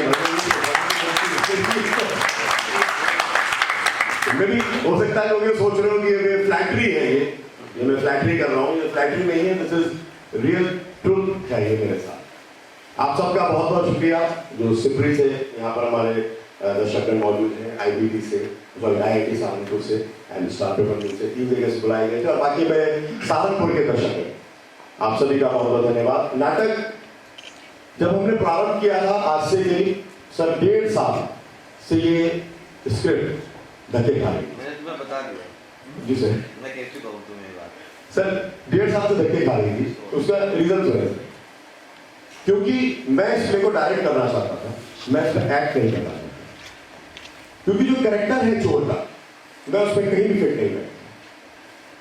चोर हमेशा लिंग थे पतले दुबले होते हैं जो रोशनदानों में चढ़ जाते हैं, पाइप पकड़ के ऊपर चढ़ जाते हैं, ऊपर से नीचे कूद जाते हैं। मैं उससे थोड़ा सा हैवी हो चुका हूं। मेरी इच्छा थी कि मुझे कोई पतला दुबला कैरेक्टर मिले, मैंने ढूंढा और उसके साथ काम भी करना चालू किया। और अब आप देखिए डिवोशन बहुत प्यारा बच्चा है मेरा वो। उस बात को कहने से पहले मैं एक चीज स्पष्ट तौर पर कहता हूं और आप सब लोगों से समर्थन चाहता हूं, खासतौर पर जो यहाँ पर थिएटर वाले लोग बैठे हैं, ये जितने स्टेज पर खड़े हुए हैं ये किसी का बलुआ गुलाम नहीं है, जहां चाहे वहां जाकर काम कर सकते हैं। ये किसी संगीत शर्मा के साथ बदले हुए लोग नहीं है। और आपसे रिक्वेस्ट है कि संदेश पहुंचा दीजिएगा वहां तक, ठीक है आगे बढ़ो। तो जब उसको हमने ये रोल दिया, उसने स्टार्ट किया सर, फिर उसकी मजबूरियां आ गई तो बैठ गए। मैंने स्क्रिप्ट रोक दी कि नहीं करना तेरे साथ। फिर 3-4 महीने बाद जो दूसरा नाटक हमने खत्म कर लिया, फिर उसको उठाया, फिर उसको लिया, फिर प्रॉब्लम आ गई, फिर तीसरी बार प्रॉब्लम आ गई। तब आकर के जब तीसरी बार प्रॉब्लम आई तब काशिफ भाई ने कहा कि आप क्यों नहीं करते उसको, आप उसको इम्प्रोवाइज करो और आप खुद करो उसको। तो भले ही जो कुछ कह रहे थे कि मैं नहीं था, लेकिन इस कैरेक्टर को डिजाइन करने में सारा श्रेय उनका है। अब उस कैरेक्टर को जिसको हमने लिया सर पहले लीड में, फिर उसके बाद हमने उसको दिया ये वाला कैरेक्टर जो आप देख रहे थे, जो इरिटेटिंग कैरेक्टर था, लेकिन समय की कमी के कारण वो भी नहीं कर पाया। फिर उसने कहा सर मैं पूरा बैक स्टेज संभालूंगा, बहुत अच्छी बात है, लेकिन अचानक कुछ दिनों पहले उसकी और मुसरफियात आ गई, वो भी नहीं कर पाया। और आज इंतहा ये हो गई कि सुबह वो ये पूछ रहा था सर सिपरी का वेन्यू है किधर, कहां हो गए। लेकिन यही थिएटर का कमाल है जो सर आपने हमें सिखाया है कि थिएटर हमेशा मौके दे देता है। और आज जिस प्रोड्यूसर के साथ यंग चोर का जो रोल किया था तरुण लखानी ने, वो हम लोगों ने आज सुबह ही यहाँ पर डिजाइन किया कि उसको इस तरह से हमें प्रेजेंट करना है। मैं बात को छोटा करते हुए हमारे जो डांसर्स हैं दोनों, हमारे कीर्ति एंड शुभम, दोनों का बहुत बहुत थैंक्स। इस चीज को परफॉर्म करेंगे यहाँ पर ऋषभ हमारी बैक स्टेज में बहुत स्ट्रॉन्ग है, सहारनपुर का बहुत उभरता हुआ सितारा, विशाल इरिटेटिंग पड़ोसी, ये 2 बच्चे, नानी हमारी। और कॉमेडी देखिए ऐसे होती है स्टेज पर, क्या दोनों सर यहाँ रिहर्सल कर रहे थे, हमने गौरी बच्ची को अपनी बुलाया और उसको बोला कि उधर से दौड़ कर आना है, और नानी कहते हुए चले जाना है। सिवा वहां पर स्टेज पर बैठी हुई थी, ये उधर से दौड़ कर आई और नानी कहती हुई अंदर घुस गई। ये क्या हुआ, कह रही जी यहाँ नानी कहाँ बैठी है। तो that is the innocence. Rishabh और कुलदीप ये दोनों जने हमारे पीछे म्यूजिक और लाइट में काशिफ भाई के साथ थे। माथुर पहुंचा जो कि प्रोड्यूसर का रोल कर रहे थे, कुणाल जिन्होंने नेता का रोल किया, और नेता का रोल किया राजेश भाई साहब जिन्होंने शुरुआत करी यहाँ पर। एक ऐसा शख्स जो मेरे दिल के बहुत करीब है, मेरे दिमाग के भी बहुत करीब है, और जिसके साथ मेरी नोक झोंक के चर्चे फेसबुक की दुनिया से लेकर व्हाट्सएप की दुनिया तक है। मेरा बहुत प्यारा दोस्त प्रत्युष जैन, जिसको मैंने एक ऑफिस में गया था, उसको ये 99% ऑफिस कार में रहते हैं, मुझे लगा कि शायद इससे बेटर बिल्डर मुझे नहीं मिलेगा।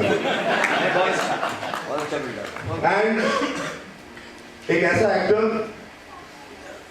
जिसके साथ मुझे, चाहे मैं उसको स्टेपनी बना लूं, चाहे मैं उसको लीड रोल में ले आऊं, और वो एक्ट्रेस ऐसी है कि अगर आज से 4 दिन पहले चाहिए सर मैंने कहा बना लूं, कभी अब नहीं, अब तो वो मेन लीड में है। वो बात अलग है सर कि 4 दिन पहले वो प्ले छोड़कर जा रही थी,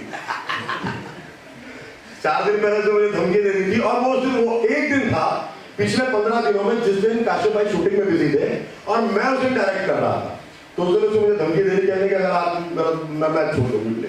वेल डन सीमा। तो आगे आ जाए एक बार आप अपने नवासियों के साथ। सीमा जो लोग जानते हैं, सीमा को जानते हैं एक्ट्रेस के अलावा, वो मेरी बेटर हाफ की है। जो नहीं जानते हमारी एक बेटी है, वो दिल्ली पढ़ती है। इसको लगता था कि मैं तो शायद अब थिएटर छोड़ूंगा नहीं, मैं रिहर्सल पे टाइम देता हूँ। ये खुद उल्टे मेरे साथ जुड़ गई कि अब साथ रहने का इससे बड़ा और कोई तरीका हो नहीं सकता। और आंटी का बेटी है, आंटी हमारे आंटी त्रिपाठी जी की मदर, आंटी यहाँ पर बैठी है, उनका बहुत बहुत आशीर्वाद। तो ये हमारे प्ले की दास्तान थी, रेफर किया आकाश सर जिन्होंने एंड टाइम पर हमारी सपोर्ट करी। यहाँ पर गोदन मौजूद है, शिवानी खन्ना जी के नायक खन्ना भी है ना सर, हाँ दिख रहा है सर, वो भी आप दोनों का एंड टाइम पे बिल्कुल जैसे हो सका उन्होंने तुरंत सपोर्ट यहाँ पर किया। मैं अब बहुत ज़्यादा समय ना लेते हुए केवल विजय सिंह पुंडलिक सर को आमंत्रित करूँगा, और लास्ट में धमलियाल सर को आमंत्रित करूँगा सर बोलने के लिए। Sir Pundalik sir. आर्टिस्ट इन सब के पिता हैं श्री जावेद सरोहा साहब, मैं उनको बहुत पसंद करता हूँ, वो मेरे बहुत करीब हैं। संदीप शर्मा जी, इस संस्था के सभी पदाधिकारी, शर्मा जी, गुप्ता जी, त्रिपाठी जी, और सबसे इम्पोर्टेंट वाकई सीपी के यहाँ के डायरेक्टर श्री बलियाल साहब, please come on the stage. मैं शानू सिद्दीकी को भी कहूंगा प्लीज स्टेज पर आ जाए। शानू भाई, आपका सहयोग के बिना सहारनपुर में शायद ही कोई नाटक हो जो हो पाता है। शानू सिद्दीकी हमारे सहारनपुर थिएटर के वो हस्ती हैं। थिएटर को मैं अक्सर बहुत ही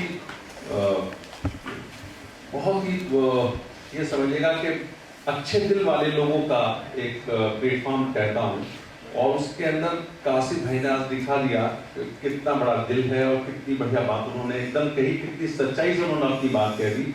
मैं कासिफ भाई को बहुत पहले से जानता हूँ, लेकिन बहुत बढ़िया उनको लगा जब उन्होंने बहुत सच्चाई से कोई बात कही और बड़ी सादगी के साथ उन्होंने अपनी बात रखी। इस अभिनय मित्र जिस बैनर के ऊपर ये काम हो रहा है, ये नाटक खेला गया कश्मकश, कई बार हंसी भी आई, कई बार आंखें भी न हुई, और कई बार वाकई उन 2 लड़कों के लिए जिसके लिए कासिफ भाई ने कहा, वाकई दिल से ताली बजी जिन्होंने वो रोड एक्सीडेंट वाला वो वाकई बहुत बढ़िया काम, बहुत बढ़िया काम। सीए साहब ने तो कमाल कर दिया। सीए साहब को देखकर तो डर लगने लगा था कि उसको लग रहा था कि वाकई ये सहारनपुर का अमरीश पुरी और सबसे मशहूर विलन की स्थिति में ये पहुंच गए। प्रत्युष जैन साहब कितने भले आदमी हैं और कितना खौफनाक रोल कर रहे थे।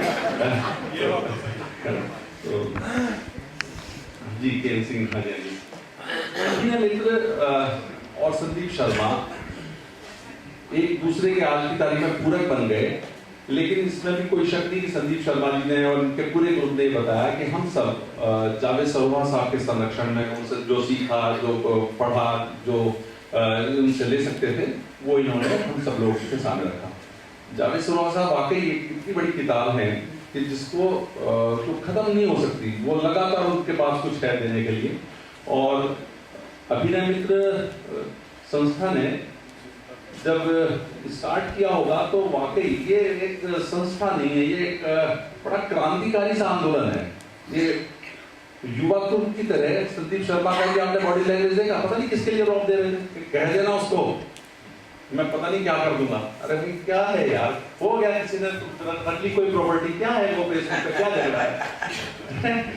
चलो ये बात ये है कहने वाली कि वो जो उन्होंने बात कही है वो सही है, क्योंकि जब आप इन चीज़ों को टेकन फॉर ग्रांटेड लेने लगते हैं ना, तो वो ज़रूरी हो जाता है ये बताना कि ये जो चीज़ है ये गलत है।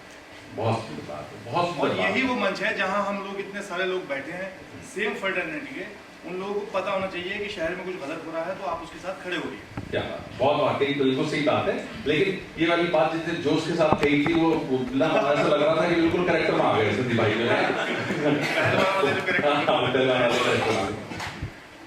बहुत जल्दी अभिनय मित्र, क्योंकि मैंने अभी बताया ये युवा तुर्क की तरह कुछ ना कुछ करता रहते हैं, और ये ग्रुप एक और आंदोलन, एक और नया चीज अपने बैनर के ऊपर बहुत जल्दी करने जा रहा है।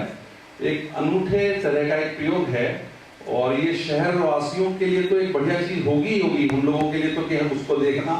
और मेरे ख्याल से इस जगत में, नाट्य जगत के अंदर एक अनूठी सी पहल है ये। उसके बारे में ज्यादा तो बताएंगे संदीप जी ही, लेकिन आप सब नाट्य प्रेमी लोगों को, सहारनपुर की जनता को, आसपास की जनता को एक बहुत बढ़िया चीज देखने को अगले 2 महीने के अंदर मिलेगी, जिसकी घोषणा भी संदीप जी करेंगे। मैं तो वैसे ही बात करते करते भूल गया, क्योंकि मैं बता रहा था कि कुछ ना कुछ तूफानी करना चाहते हैं और लगातार करते हैं स्टेज के ऊपर। आज के नाटक के लिए बहुत बहुत इनका धन्यवाद कि इन्होंने हमें बुलाया, हम सब ने इनको देखा। आप सब लोगों का बहुत बहुत शुक्रिया, विपिन जी का बहुत बहुत शुक्रिया। अभी मैं चाहूंगा कि विपिन जी और संदीप जी आगे की कार्रवाई करें। धन्यवाद। मैं माजिद खन्ना को रिक्वेस्ट करूंगा। माजिद खन्ना कहाँ पर बैठे हुए हैं, वो लगातार 2 दिन से हमारे साथ बैक स्टेज में यहाँ पर सपोर्ट में थे। माजिद भाई कहाँ है? बाहर गए, प्लीज बुला लेना। मैं दादा सर से रिक्वेस्ट करूंगा सर 2 शब्द जरूर आकर के, क्योंकि मेरे लिए तो नहीं, आप मैं तो शिशु आपका, लेकिन हाँ मुझे पता है आपकी बहू के लिए आपके बहुत सारे भाव हैं।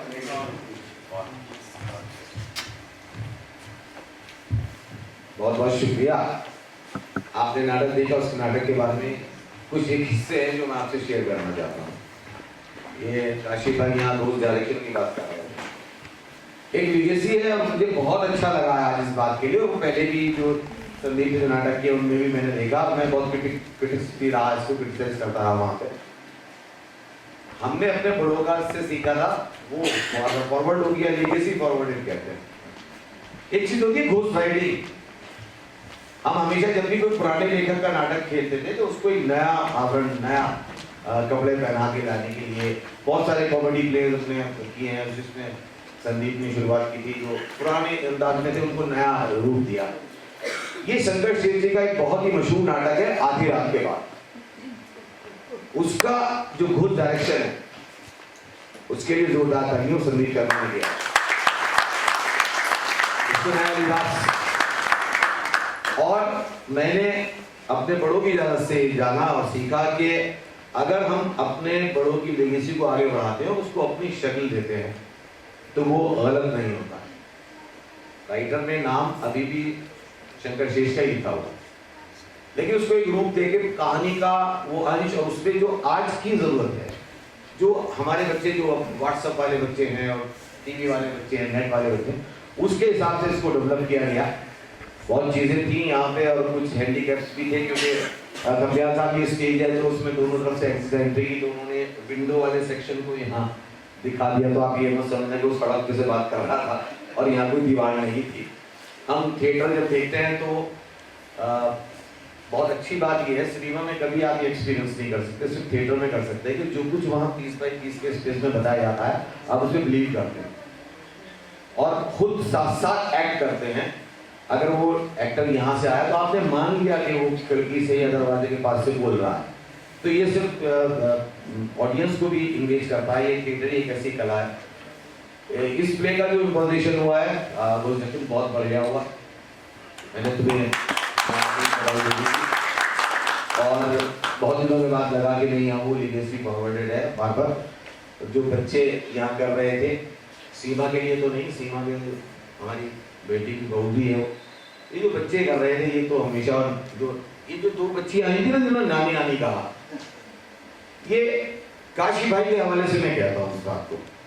प्रोफेशनल थिएटर में ये होता है, लोग अपना पैसा लेते हैं, करते हुए तकलीफ की बात में जाते हैं और चले जाते हैं। लेकिन हमेशा मिराकल अगर होता है तो हमेशा थिएटर में। जब भी मिराकल हुआ इस दुनिया में तो वो व्यावसायिक रंगमंच में नहीं हुआ, वो शौकिया रंगमंच में हुआ।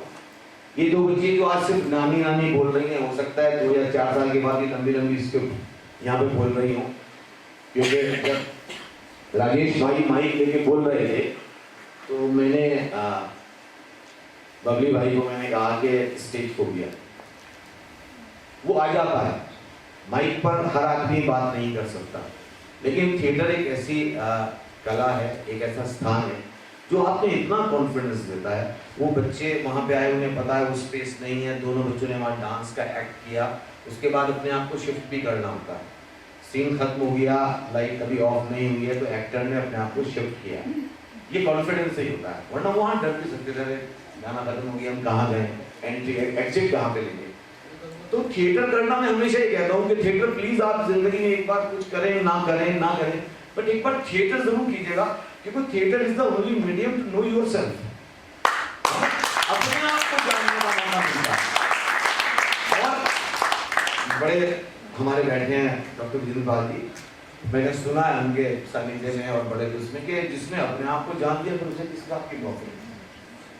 हम तो एक दूसरे को समझ नहीं पाते, लेकिन जो खुद को जान ले उससे बड़ी बात तो कोई नहीं है। और ये जो इशू यहाँ पे आ रहा था, उन्होंने भी थोड़ा सा उसको जस्टिफाई करने की कोशिश की, इसकी तरफ मत जाइए। आज जो हालात हिंदुस्तान के हैं, अगर उनको सीरियसली टेकअप करने लगे तो हम तो तसव्वुर ही नहीं कर सकते कि हम कौन सी दुनिया में रह रहे हैं। समस्या तसव्वुर की है। हाँ, तो समस्या ही तसव्वुर की है। तो मैं ये कहना चाहता हूँ आपसे कि रंगमंच को पाक रखिए, कला को पाक रखिए। आप किसी भी विचारधारा के हो, आप किसी भी आइडियोलॉजी को फॉलो करते हो, आप किसी भी समाज से आते हो, लेकिन दुनिया का सबसे बड़ा आखिरी समाज है जो इंसानियत है, जो इंसान है। पहला व्यक्ति भी समाज इंसानियत समाज है और आखिरी इंसान भी वो समाज है। तो उस समाज में और थिएटर समाज को आईना दिखाने का काम करता है। बहुत बहुत शुभकामनाएं। मैं फौरन निधान करूंगा कि शादी वादे लगा था आपको दाने। Thank you sir. इससे पहले मैं विपिन सर को बोलने के लिए दूं, एक चीज का जिक्र जरूर करना चाहूंगा। आप ये कैरेक्टर यहाँ पर देख रहे हैं, ये कैरेक्टर था ना इस प्ले का, था कि नहीं था? आवाज नहीं आई। ये कैरेक्टर था ना प्ले का, ये चेयर। और मैं आप लोगों को सूचित करूं कि प्ले की या जब कोई जुड़ता है किसी के साथ तो उसकी क्या शिद्दत होती है। ये चेयर आदरणीय डॉक्टर आरपी सारस्वत साहब की है, और जब उनके यहाँ से ये चेयर हमने ली तो उनका पहला सेंटेंस था, संदीप ये चेयर मैंने तुमको दी। उन्होंने ये नहीं कहा कि हाँ ठीक है ले जाओ, उन्होंने कहा ये चेयर मैंने तुमको दी। तो मैं शुक्रिया करूंगा डॉक्टर सारस्वत का, उनका बहुत बहुत धन्यवाद कि एक बहुत अच्छी चीज है, उनकी खुद की प्यारी चीज है वो उन्होंने दी। अब ये पता नहीं, उन्होंने कहा कि 2 है मेरे पास, अब मुझे ये पता नहीं कि ये भाभी जी की दी उन्होंने या अपनी दी। अब ये भाई साहब देखेंगे डॉक्टर विपिन धम्पिया, जोरदार तालियों के लिए डॉक्टर धम्पिया। धन्यवाद संदीप जी। सच कहें तो आज शायद ये पहला एक मंचन हुआ है हमारे इस ऑडिटोरियम में, प्रेक्षागृह में। संदीप जी जब मेरे पास आए तो मेरा एक ही उनसे सवाल था, संदीप जी कुछ ऐसा कीजिए जिससे मैसेज चले, हम कुछ सीख के, आपसे कुछ सीख लेके अपने जीवन में उतार सके। हुआ यही है, आज इस मंचन में आप लोगों ने देखा होगा, पहली बात तो बहुत बहुत आपको बधाइयाँ हों, आपके लिए साधुवाद। और हम लोग यही कह सकते हैं कि आपने बहुत अच्छा हमारे लिए मंचन किया है। मेरी अपनी सोच है, अपना दायरा है सोच का, मैं जो समझ सका इससे कि देखिए जीवन में एक ही जो इसका डायलॉग था वो मेरी समझ में आया, पाप और हमारी गलतियाँ। सिर्फ हम अपने जीवन में अगर इन दो चीज़ों को समझ लें तो शायद आदमी कभी भी कोई पाप नहीं करेगा। गलती तो आदमी से होनी ही है, लेकिन हम जानबूझकर अगर कोई कार्य करते हैं, हम जानते हैं हम कर रहे हैं इसे और तभी हम किए जा रहे हैं, गलत है, वो पाप है। बहुत अच्छा आपने मैसेज दिया। मेरे विचार से हम लोग जीवन में इस आपके इस मूल मंत्र को याद रखेंगे। और दूसरी बात एक चीज़ और भी है, देखिए मंचन इतना सशक्त था, इस मंचन में जैसे कि जावेद जी कह के गए, एक थिएटर में जान होती है, इसमें आत्मा है और ये आत्मा ऐसी चीज़ है जो कभी रीटेक नहीं लेती है। आपने अगर देखा हो तो कभी भी कोई रीटेक नहीं है। संदीप जी बहुत बहुत हम मानते हैं कि आप सहारनपुर के अच्छे कलाकार हैं, आपकी कला आगे बढ़ती रहे, सहारनपुर का सुदूर प्यारे प्रेक्षक आपके लिए है, चाहे आप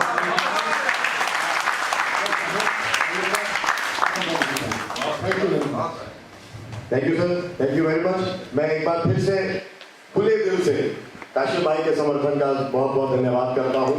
जितना मतलब ऑल द टाइम मैंने जिस टाइम फोन करा, जब भी फोन करा, जिस चीज के लिए फोन करा, उनका सिर्फ एक ही शब्द होता था, हो जाएगा। तो इससे बड़ी सपोर्ट और कोई नहीं हो सकती जो उनसे मुझे प्रदान हुई है।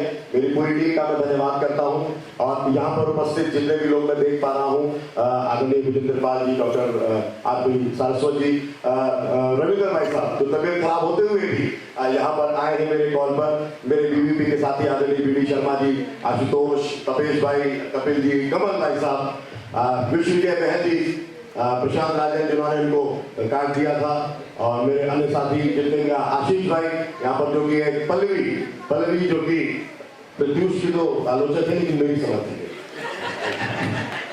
सत्या भाई, संगीता भाभी, अंजू भाभी, आशु भाभी, पूनम भाभी भी आ गई है, जबकि भाई साहब शायद अहमदाबाद में है। फिर भी प्लीज सपोर्ट करते रहिएगा थिएटर को और देखते आते रहिएगा। आप लोग हैं तो हम लोग हैं यहाँ पर, तभी कुछ है। Thank you. और हाँ, जो भैया ने बताई कि आपको बात, बहुत जल्दी हम लोग विद इन 2 मंथ्स लेकर आ रहे हैं सत्य शरण अनूठी नाट्य प्रतियोगिता। मैं कोई भी ऐसी प्रतियोगिता नहीं करना चाहता हूँ। शशिकांत जी का बहुत सॉरी, वो टाइम पे बिल्कुल आ गए थे, इसलिए उनका धन्यवाद बहुत पहले बनता है। मैं ऐसी कोई भी, रुचि मित्तल हमारे धीरज के पीछे छुपी हुई है, वो दिख नहीं पाएंगे मुझे, अनुपमा जी भी थी, हम लोग कोई भी ऐसी चीज नहीं करना चाहते बहन साहब।